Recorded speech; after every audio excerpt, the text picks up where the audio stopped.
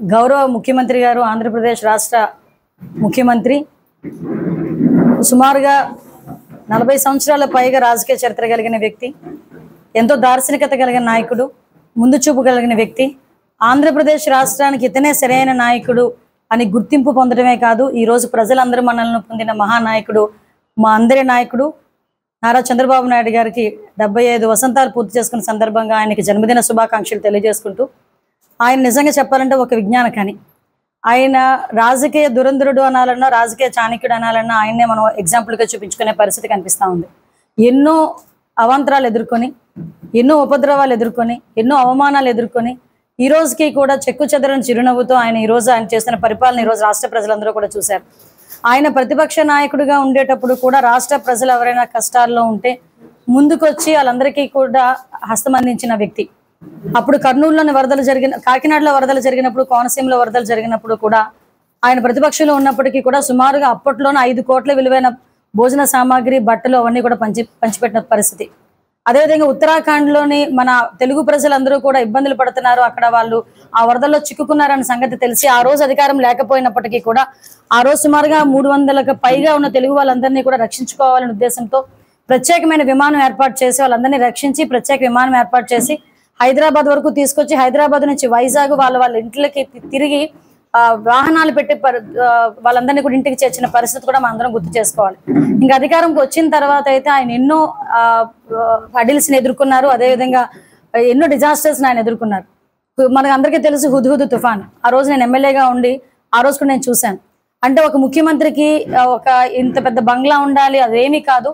నేను ఎక్కడున్నా కూడా నా అడ్మినిస్ట్రేషన్ చిన్న బస్సులోనైనా చూసుకోగలిగి నేను ప్రజలకి మంచి చేయాలనే ఉద్దేశంతో ఆ రోజు వితిన్ 10 డేస్లో రిస్టోర్ చేసిన పరిస్థితి. ఇవన్నీ ఎందుకు చెప్తున్నానంటే, ఒక 75 సంవత్సరాలు కలిగిన ఒక రాజకీయ నాయకుడికి చెప్పుకోవడానికి ఒకటో రెండో ఉండొచ్చు, కానీ ఈరోజు చంద్రబాబు నాయుడు గారి గురించి చెప్పుకోవాలంటే కోకొలలు చెప్పుకోవచ్చు. ఇలా కూర్చుంటే కొన్ని గంటలైనా మనం మాట్లాడుకోగలం. అటువంటి వ్యక్తి. ఏదైనా క్రైసిస్ మేనేజ్మెంట్ అనేది ఆయన చూసి నేర్చుకోవాలి. కొన్ని సందర్భాల్లో, నేను చాలా సందర్భాల్లో చెప్తాను, ఒక ఏకలవ్య శిష్యురాలు నేను. ఆయన చూసి నేర్చుకున్నాం, ఆయన మాట విని నేర్చుకున్నాం, ఆయన బాడీ లాంగ్వేజ్ చూసి నేర్చుకున్నాం, ఆయన ఏ సమయంలో ఏ నిర్ణయం తీసుకుంటారో చూసి మేము నేర్చుకునే పరిస్థితి కూడా కనిపించింది.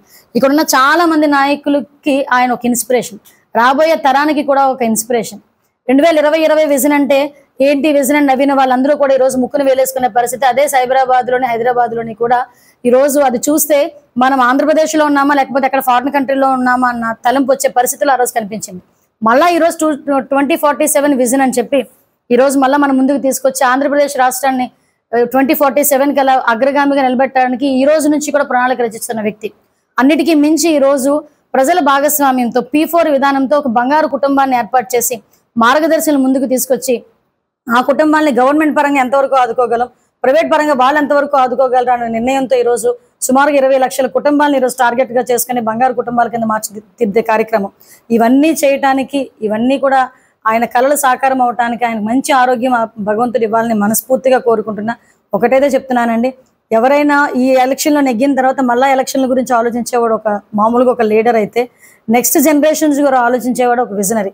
ఆ విజనరీ లీడర్ మా చంద్రబాబు నాయుడు గారు అవ్వడం, మా ముఖ్యమంత్రి అవడం నిజంగా మా అందరికీ కూడా గర్వకారణం. ఆయన హయాంలో పనిచేస్తున్నందుకు నిజంగా మేము అందరం కూడా ఇది ఒక పూర్వజన్మ సుకృతం కింద భావిస్తూ సార్కి మంచి ఆరోగ్యం ఇవ్వాలని, మా అందరినీ గైడ్ చేసే పరిస్థితిలో, అంటే మా అందరినీ కూడా గైడ్ చేసి ఒక మంచి రాజకీయ నాయకులుగా మమ్మల్ని అందరినీ కూడా తీర్చిదిద్దే క్రమంలో ఆయనకి ఎటువంటి హడిల్స్ రాకూడదని, ముఖ్యంగా ఎవరి దిష్టి కూడా తగలకూడదని మనస్ఫూర్తిగా కోరుకుంటూ, సార్ హ్యాపీ బర్త్డే.